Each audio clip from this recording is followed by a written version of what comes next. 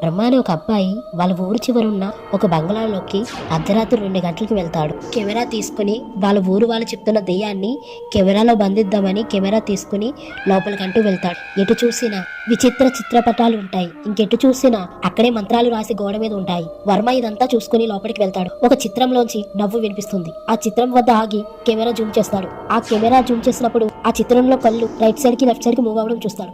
వర్మకి ఎందుకో భయం అనిపించి ఆ బంగ్లాలోంచి బయటకు వెళ్ళిపోదామని దారి వెతుక్కుంటూ పరిగెడతాడు. ఏ చిత్రాన్ని అయితే క్యాప్చర్ చేశాడో ఆ చిత్రంలోంచి ఒక భయంకరమైన దెయ్యం బయటకు వచ్చి, వర్మ నన్ను చూడు వర్మ, నా నగలను చూడు, నా నగలొద్దా వర్మ అని చాలా భయంకరంగా గంభీరంగా అరుస్తూ వర్మ వద్దకు వస్తుంది.